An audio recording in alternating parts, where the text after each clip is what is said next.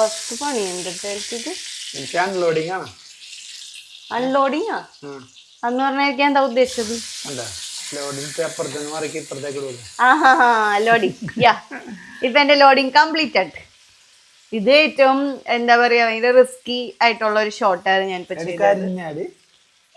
ഇത് മുരിഞ്ഞേക്കണാണ് ചെറുതായിട്ട്, കറുത്തിട്ടില്ല. കറുത്താഹ ആവുമ്പത്തേക്കും പറയാം. പിന്നെ നമ്മുടെ ഇന്നത്തെ സ്പെഷ്യലി ഫസ്റ്റ് പറയട്ടെ. എനിക്കൊരു കാര്യം കൂടി പറയാനുണ്ട് ഗൈസ്. ഇത് കാര്യം എല്ലാം കാര്യമാണോ? ചെറുതായിട്ടൊക്കെ അടി പിടിക്കുന്നുണ്ട്. നമ്മ അതൊന്നും വിഷയമാക്കില്ല. നമ്മ എന്റെ പോസിറ്റീവ് വൈബല്ലേ. നമ്മുടെ കൊച്ചി സ്റ്റൈൽ അച്ചിങ്ങോളത്തിത് നമ്മുടെ കൊച്ചിയിലെ ഒരു പ്രത്യേകതരം വെജിറ്റബിൾ കറിയാണ് കേട്ടോ. എന്റെ വീട്ടിലില്ലേ എന്ത് പച്ചക്കറി വാങ്ങിച്ചാലും അതിലും ചെമ്മീൻ ഇട്ടിട്ടാ ഒലത്തുള്ളൂ. ഒറ്റക്ക് ഒരു പച്ചക്കറി കൂട്ടിയിട്ടുണ്ടാന്ന് ചോദിച്ചാല് വെണ്ടക്ക ഒലത്തിയത് മാത്രമേ കൂട്ടിയിട്ടുള്ളൂ. ബാക്കി എന്ത് വാങ്ങിച്ചാലും നമ്മുടെ വീട്ടിൽ ചെമ്മീനിട്ട് ഒലത്തി അതിന് വേറൊരു ടേസ്റ്റ് ആക്കി എടുക്കും. പക്ഷെ എനിക്ക് അതാ ഇഷ്ടം. പിന്നെ നമ്മളുടെ ഇന്നത്തെ തേങ്ങാച്ചാർ, തക്കാളിയും ചെമ്മീനും തേങ്ങാച്ചാർ, കുറച്ച് ചാറ് കൂടിപ്പോയി. പിന്നെ ഇങ്ങോട്ട് വന്നിരിക്കുക. ഇതാണ് മെയിൻ സ്പെഷ്യൽ ഇട്ട് ഇന്നത്തെ.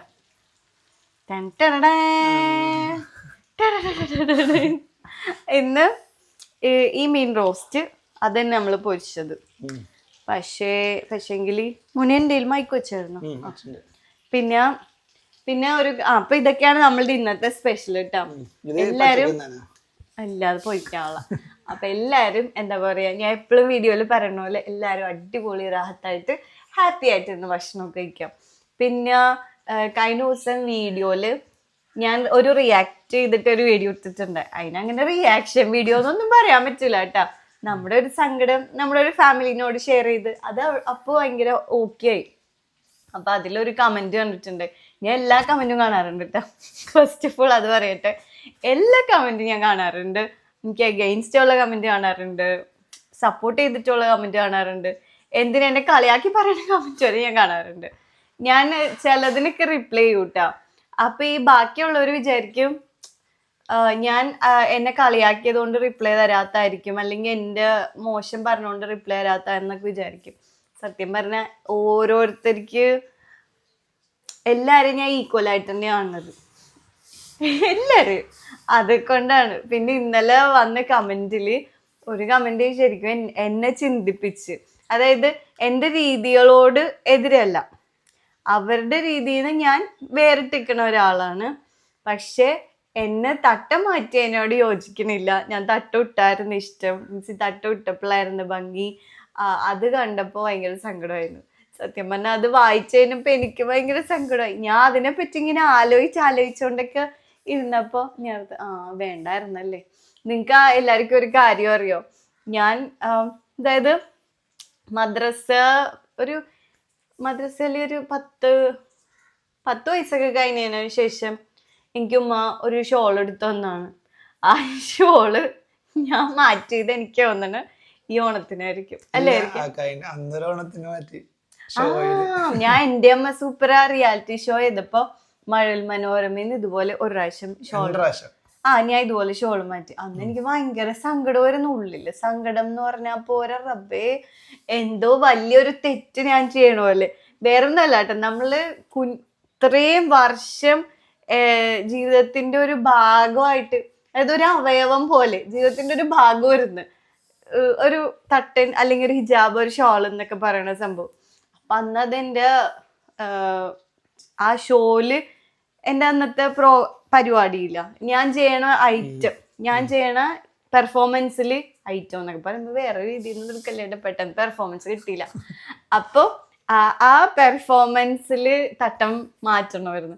ഞാനൊരു ഭയങ്കര കരച്ചില്ല, എനിക്ക് ഭയങ്കര തെറ്റ് ചെയ്യണ പോലെയൊക്കെ തോന്നണം. ഞാൻ ധരിക്കാനോട് പറഞ്ഞിരിക്കാൻ എനിക്ക് ഷോള് മാറ്റാൻ പറ്റൂല.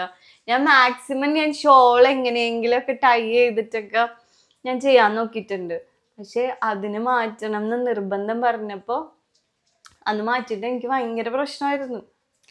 അപ്പൊ ആ ഒരു ഘട്ടത്തിൽ കൂടിയൊക്കെ കടന്നു വന്നു. പിന്നെ നമ്മൾ പറയൂലേ, ഒരു തെറ്റ് വീണ്ടും വീണ്ടും ചെയ്യുമ്പോ പേടി ചെറുതായിട്ട് കുറയൂന്ന്. ആ ഒരു എന്താ പറയാ ധൈര്യത്തിന്റെ പുറത്താണ് ഞാൻ ഈ ഓണത്തിന് അങ്ങനെയൊക്കെ സാരിയൊക്കെ കൊടുത്തത്.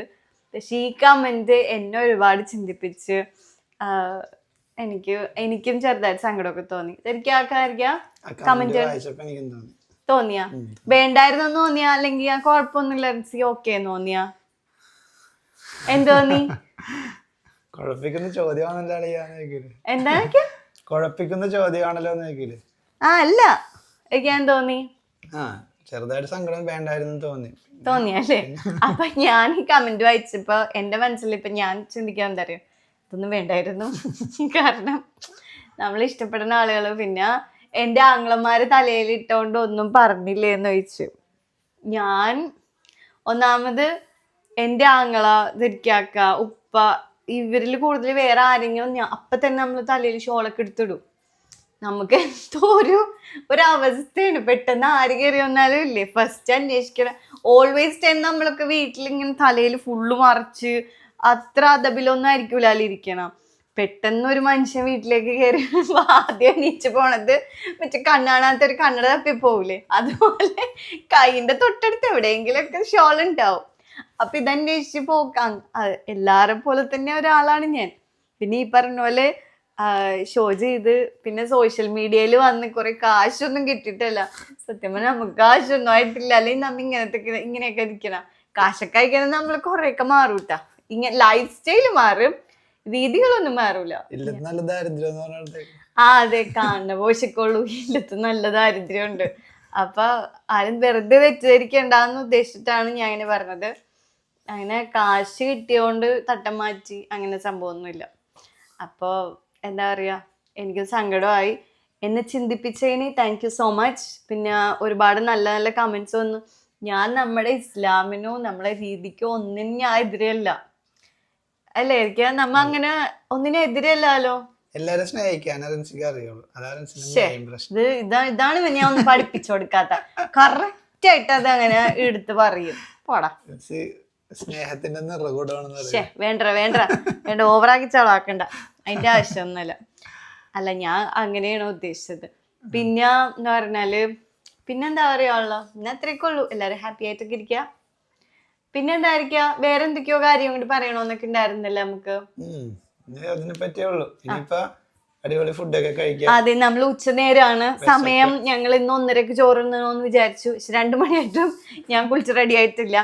ഇനി കുളിച്ചിട്ട് ഭക്ഷണം കഴിക്കുള്ളൂ. കുളിച്ച് നമസ്കരിച്ച് അതൊക്കെ ഉണ്ടിട്ടാ. അതാണ് ഞാൻ പറഞ്ഞ, നമ്മള് ചെയ്യണ കൊറേ കാര്യം എല്ലാരും അറിയിക്കണം എന്തിനാന്ന് വിചാരിച്ചിട്ടാണ്.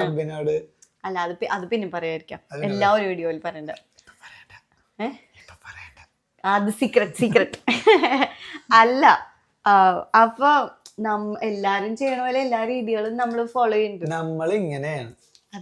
അതെ, ഞാൻ ശരിക്കാക്ക എന്റെ 2 മക്കൾ ഇങ്ങനെയാണ്. പിന്നെ മക്കള് വലുതാവുമ്പോ ചിലപ്പോ അവർക്ക് വേറെ ഇതൊക്കെ ആയിരിക്കും, വേറെ ഇഷ്ടങ്ങളൊക്കെ ആയിരിക്കും. നല്ലതൊക്കെയാണ്, ആയിരിക്കും ദോഷമില്ല എന്നുണ്ടെങ്കിൽ നമ്മളത് അക്സെപ്റ്റ് ചെയ്യും. അപ്പൊ ഓക്കെ, ബൈ. അപ്പൊ എല്ലാം പറഞ്ഞ് കോംപ്രമൈസ് ചെയ്തിട്ടുണ്ട്. ഞാനും ഇനി എൻ്റെ ഹിജാബ് ഷോൾ തട്ടം മാറ്റാതെ ഞാനും നോക്കും. അതുപോലെ എൻ്റെ ഫാമിലിയിലുള്ളവരും എപ്പോഴും ഓൾവേസ് ഹാപ്പി ആയിട്ടൊക്കെ ഇരിക്കുക. ഭക്ഷണം കഴിക്കുമ്പോൾ എല്ലാവരും റാഹത്തായിട്ട് ഒരുമിച്ചൊക്കെ ഇരുന്ന് ഭക്ഷണം കഴിക്കാൻ നോക്കുക. പിന്നെ എന്താ പറയാനുള്ളത്, എല്ലാവരും ചിരിച്ചോണ്ടിരിക്കുക.